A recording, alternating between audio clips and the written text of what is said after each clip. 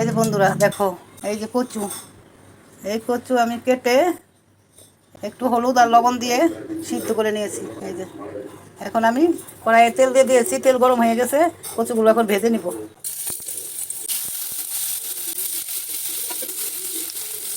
নারকেলের দুধ দিয়ে কচু বোনা করব।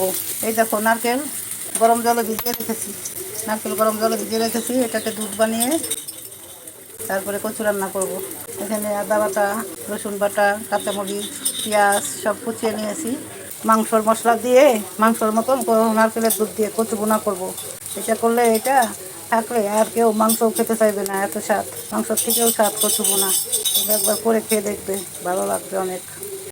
বন্ধুরা দেখো, কচুগুলো লাল লাল করে ভাজা হয়ে গেছে, এখন তুলে নিচ্ছি। এইভাবে আমি সব কচুগুলো লাল লাল করে ভেজে নিব।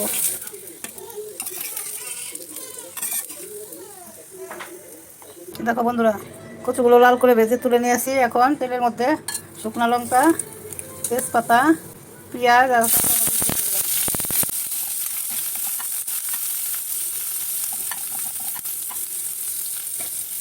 বন্ধুরা আমি আধা চামচ রসুন, 1 চামচ আদা বাটাও দিয়েছি, ওটা দেখানো হয় নাই, মিস হয়ে গেছে। এখন আমি পরিমাণ মতো লবণ দিয়ে দিচ্ছি, হলুদ দিয়ে দিচ্ছি, মরিচের গুঁড়া দিয়ে দিচ্ছি। মশলাটাকে ভালো করে কষিয়ে নেব।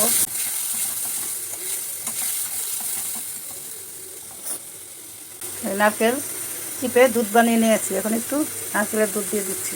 নারকেলের দুধ দিয়ে মশলাটা ভালো করে কষিয়ে তারপরে কচুগুলো দিয়ে দেবো। এই দেখো বন্ধুরা, ঢেকে দিয়ে মশলাটাকে ভালো করে কষিয়ে নিয়েছি। এই দেখো মশলাটা কষানো হয়ে গেছে।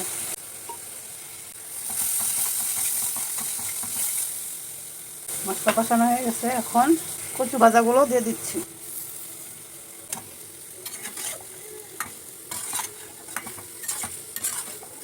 মশলার সাথে কচুগুলো ভালো করে কষিয়ে নিয়ে নারকেলের দুধটা পুরোটা দিয়ে দেবো। এই দেখো বন্ধুরা, মশলার সঙ্গে কচুগুলো ভালো করে আবারও কষিয়ে নিয়েছি। মানে নারকেলের দুধগুলো পুরোটা দিয়ে দিচ্ছি।